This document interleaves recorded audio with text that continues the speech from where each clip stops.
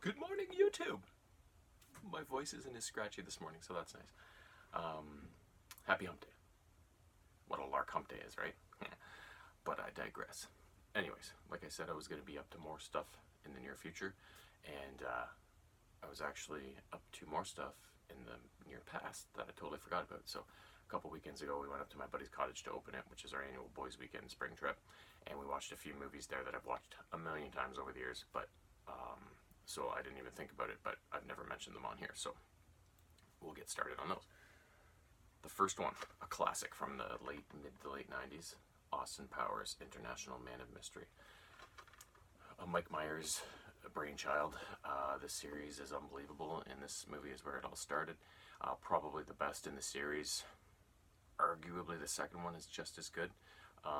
Actually, they're both just as good. The third one's not as good as the first two, but the first two are very close. But in this movie, the year is 1969. Austin Powers is a British secret agent. His nemesis is the bald, white and pasty Dr. Evil. And once again, Austin Powers and his partner, Mrs. Kensington, foil Dr. Evil's plot. And so Dr. Evil cryogenically freezes himself and blasts himself into space so he can come back in the future when Austin Powers is no longer around and take over the Earth then. So fast forward almost 30 years to the year 1997, I believe it is, and Dr. Evil finally comes out of cryogenic freezing and has his lackeys, who he left in charge while he went into freezing all those years ago, bring him into the current times of what's going on. And so he comes up with a new scheme to take the Earth hostage by threatening to blow up its moon. Or no, he threatens to blow up the Earth with a nuclear missile by digging into its core. I think the moon's the second movie. So naturally, the good guys take the opportunity to unfreeze Austin Powers, who voluntarily went into cryogenic freezing after Dr. Evil took off in 669. So he unthaws and teams up with Mrs. Kensington's daughter Vanessa, who is also an agent in the British service, and together they go about finding out where Dr. Evil's hideout is, what he's up to, and how they're going to stop him. But the main challenge for Austin is that he comes back 30 years later. When he left, it was the late 60s, and it was free love and drugs and experimentation, and everybody's cool and happy, to the late 90s when, in the 90s, there was AIDS, the Gulf War, all sorts of crap, stuff like the Berlin Wall and all that stuff. So he can't go around shagging everything in sight and doing all the things he used to in the 60s. So that's on top of stopping Dr. Evil. He's caught in this time frame when he doesn't know what the hell is going on. So such a funny movie. Mike Myers is brilliant, and this is probably his biggest legacy, is the Austin Powers franchise. Highly worth the watch if you've never seen them before. The next movie, Team America World Police. One of the funniest movies you'll ever watch, and it's all done with marionettes, like the old Thunderbirds TV show I mentioned in one of my last videos. The story is that a terrorist strike happens in Paris, France, and Team America World Police is called in to stop it. It consists of Lisa, Carson, Chris, Joe, and Sarah, and their leader Spotswood is who calls the shots and assembles the team and runs the team. They stop the terrorist plot, one and the same really. But in the process, destroy the Eiffel Tower, the Louvre, a whole bunch of stuff. So Team America celebrates their victory, even though one of their agents, Carson, perishes in the process. And although they celebrate the victory, the whole world kind of looks at them as kind of a joke, because, oh yeah, you stopped the terrorists, but you also blew up all these famous landmarks. Like, they don't care what happens in the process of accomplishing their mission. But they need to find out the head of this terrorist snake. So they enlist the services of a Broadway actor named Gary, as they need his acting skills so he can go undercover and infiltrate this terrorist group and find out where they're based, what they're doing, how they can stop them. He's reluctant at first, but finally, after some inspiration, joins, and he infiltrates the tourist cell in Cairo, Egypt. and finds out some information, but is soon found out. So Team America has to rescue him. But again, the pyramids of Giza are destroyed. All sorts of stuff goes down. And then not long after that, the tourists strike again, and they destroy the Panama Canal. The death toll is countless, and Gary becomes disenfranchised with it and leaves the team. While he's gone, the team gets attacked by the terrorists, and their base is destroyed, and they barely make it out with their lives. So Gary comes back and kind of rallies the troops. Or actually, he has to go on a mission himself because Team America gets captured, and he has to get to the head of the terrorist organization, save his friends, and take the fight to them, and save the day. So there's lots more to it, and it's so funny because it's done by the guys that created South Park, Matt Stone and Trey Parker. So it's vulgar, it's crude, it's violent. There's the most epic sex scene I think I've ever seen in any movie anywhere, but it's with marionettes, so it's even funnier. And then there's also a really cool speech in a bar, followed by a massive vomiting scene. That is also probably my other favorite scene in the movie.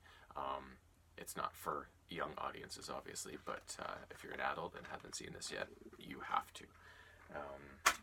Next up, one of my all-time favorite comedies, Hot Tub Time Machine. The guys at the Cottage, we love this movie. We watch it every time. It's a staple. Three friends, Adam, Nick, Lou, have kind of become separated in their older age. They're all living lives that they didn't see themselves here. It's not quite what they thought. One of their friends, the weirdest, strangest, coolest one, Lou, ends up trying to kill himself one night in his car in the garage with carbon monoxide poisoning. So Nick and Adam rush to his hospital room and try to cheer him up, and then they plan a weekend away at Kodiak Valley, a ski resort where they used to go when they were younger and had their best times. Lou is pumped, and along with Adam's nephew Jacob, they all go to the Kodiak Valley to find it dilapidated, run down. Nobody's there. It's not what it was in its heyday in the mid '80s. But they end up drinking and getting all wasted and going in the hot tub on the deck. And they accidentally spill a banned or an illegal Russian energy drink called Chernobyl on the hot tub's control panel, and it ends up warping them back in time to 1986, to an epic night they had at Kodiak Valley when a whole bunch of things happen. At first, though, they don't realize it. They just wake up in the morning hungover and they go skiing, and all of a sudden everybody's wearing neon. They've got Walkmans. Michael Jackson's on MTV. Everything's freaking crazy. And then they finally figured out that they've been warped back in time. And then suddenly a mysterious hot tub repairman shows up and says, well, if you want to get out of here, you can't change the past. So they have to go through the whole night and do a whole bunch of things they don't want to do to make sure they don't change the future timeline in order to get out. But the one other thing they need to get out is the Chernobyl is what affected the hot tub to turn it into a time machine. So they need to get the Chernobyl back, which had been stolen by one of the douchebag ski resort, the guys the ski patrol guys, who Lou had problems with in the past and will have problems with again in the future past. So they have to kind of go through this night, but they all end up wanting to change it. And it's just ends up in this hilarious night and day and night of debauchery and craziness, and you don't know exactly how things are going to end, but so funny and such a cool premise and concept and story, and the actors are amazing. They have a really good cast for this movie. If you haven't seen that, like all three of these movies, you have to see if you haven't seen them. Next up, we just watched this the other night. James hadn't seen it yet, but he's always been very interested. Titanic, but with the 3+ hours running time. He wasn't ready a while back, but he is now. So, April 14th, 1912, Titanic sunk. We all know that. James Cameron helmed this movie and wrapped the Titanic's sinking around a love story and just made a masterpiece.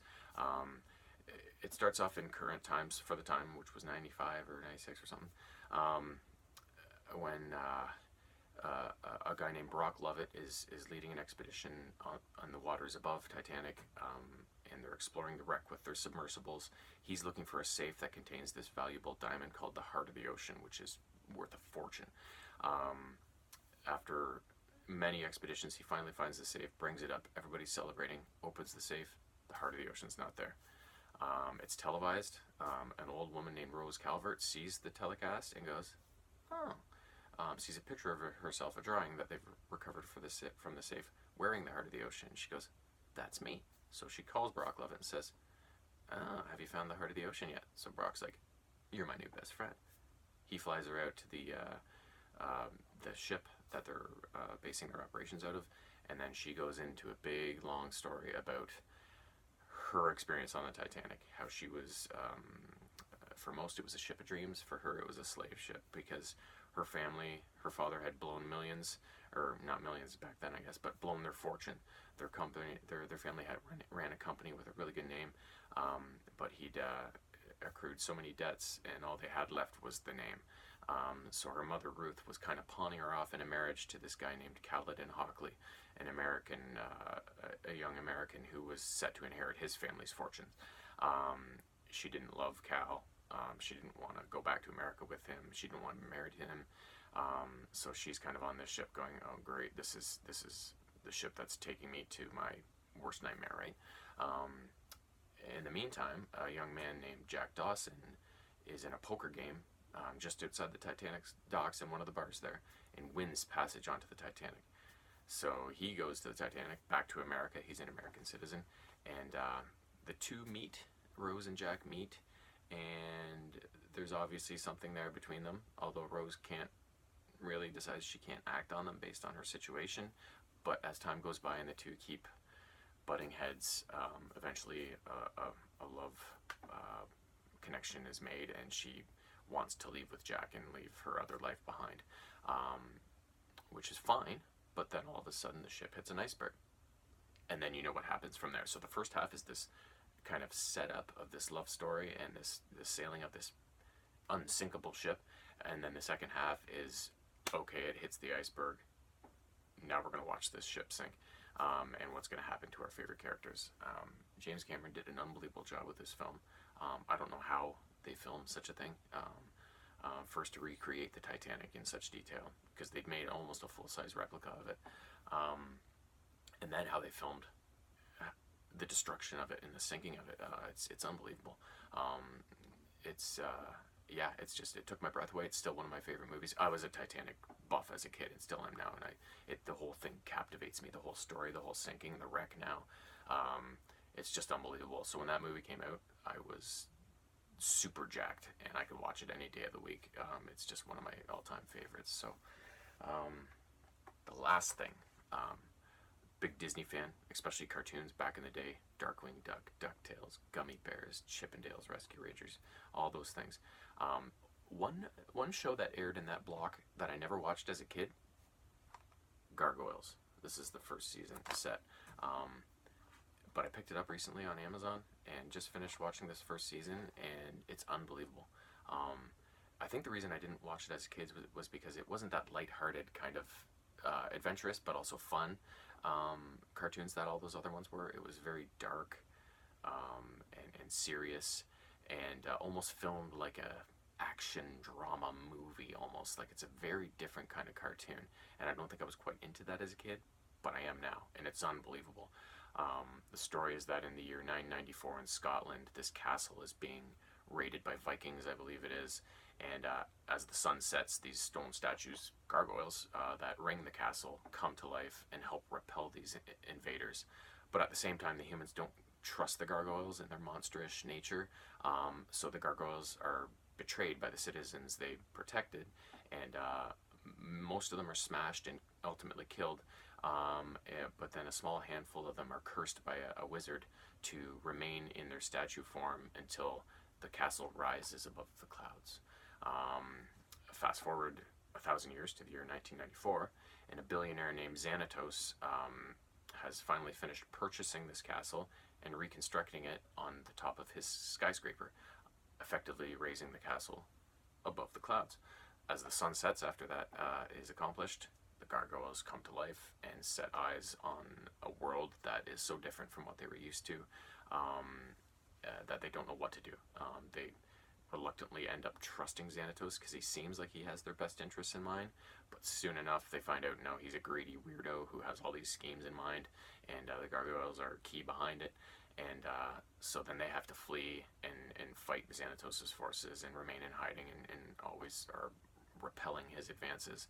And along the way they meet a New York City cop named Elisa who befriends them, and after a bit of a feeling out period, they explicitly trust her, that they know she's on board with them and trying to keep them safe, protect them, and hide them as best she can.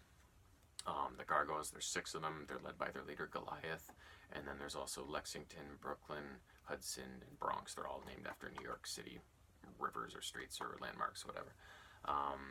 Yeah, and so then the first season is just them kind of adjusting to New York City, repelling Xanatos, and kind of feeling out life in their new home.